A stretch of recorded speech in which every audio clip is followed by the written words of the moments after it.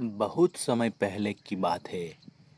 आम्रपाली नगर में एक किसान रहता था जिसका नाम रामू था।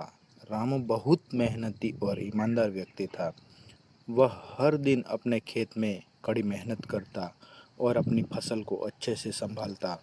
रामू के पास एक छोटा सा खेत था जिसमें वह सब्जियां और फल उगाता था। रामू की ईमानदारी और मेहनत की चर्चा पूरे गांव में थी। एक दिन रामू अपने खेत में काम कर रहा था कि अचानक उसे जमीन के नीचे कुछ चमकता हुआ दिखाई दिया। उसने उस जगह को खोदा और पाया कि वहाँ एक पुराना सोने का सिक्का था।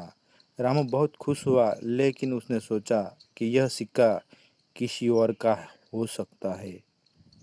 रामू ने गांव के मुखिया के पास जाकर सोने का सिक्का दिखाया और कहा, मुझे यह सिक्का मेरे खेत में मिला, लेकिन मैं नहीं जानता कि यह सिक्का किसका है।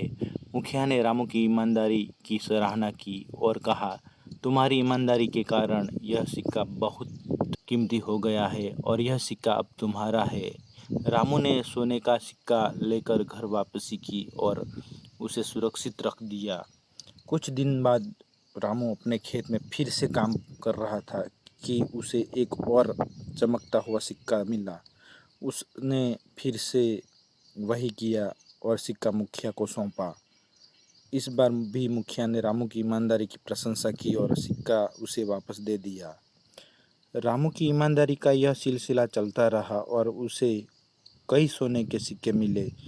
उसने सभी सिक्कों को गांव के मुखिया को सौंपा और हर बार मुखिया ने उसकी ईमानदारी की सराहना करते हुए सिक्के उस वापस दे दिए। एक दिन गांव में एक अमीर व्यापारी आया और उसने गांव वालों को बताया कि वह बड़ा व्यापारी है और बहुत बड़ा व्यापारिक सौदा करने आया है। व्यापारी ने गांव में एक प्रतियोगिता भी रखी और कहा, जो भी सबसे ईमानदार व्यक्ति होगा उसे मैं एक बड़ी संपत्ति दूंगा। गांव वालों ने रामू की ईमानदारी की कहानी व्यापारी को सुनाई। व्यापारी ने रामू को बुलाया और उसकी ईमानदारी की परीक्षा लेने का फैसला किया।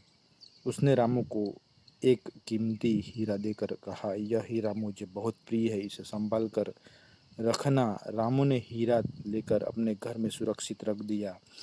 कुछ दिनों बाद व्यापारी ने रामू को बुलाया और हीरा वापस मांगा।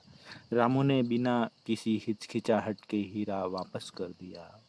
व्यापारी ने रामू की ईमानदारी की सराहना की और कहा, तुम्हारी ईमानदारी के कारण मैं खुश हूँ और मैं तुम्हें यह हीरा और अपनी आधी संपत्ति दे रहा हूँ। रामू ने व्यापारी का धन्यवाद किया और हीरा और संपत्ति को स्वीकार किया। उसने अपनी संपत्ति से गांव वालों की मदद की और सभी के साथ अपनी खुशियां बांटी। इस प्रकार रामू की ईमानदारी ने उसे न केवल संपत्ति बल्कि गांव वालों का सम्मान भी दिलाया। उसकी कहानी पूरे गांव में प्रेरणा का स्रोत बन गई और सभी में ईमानदारी का महत्व समझ आ गया और इसका महत्व भी समझ गए।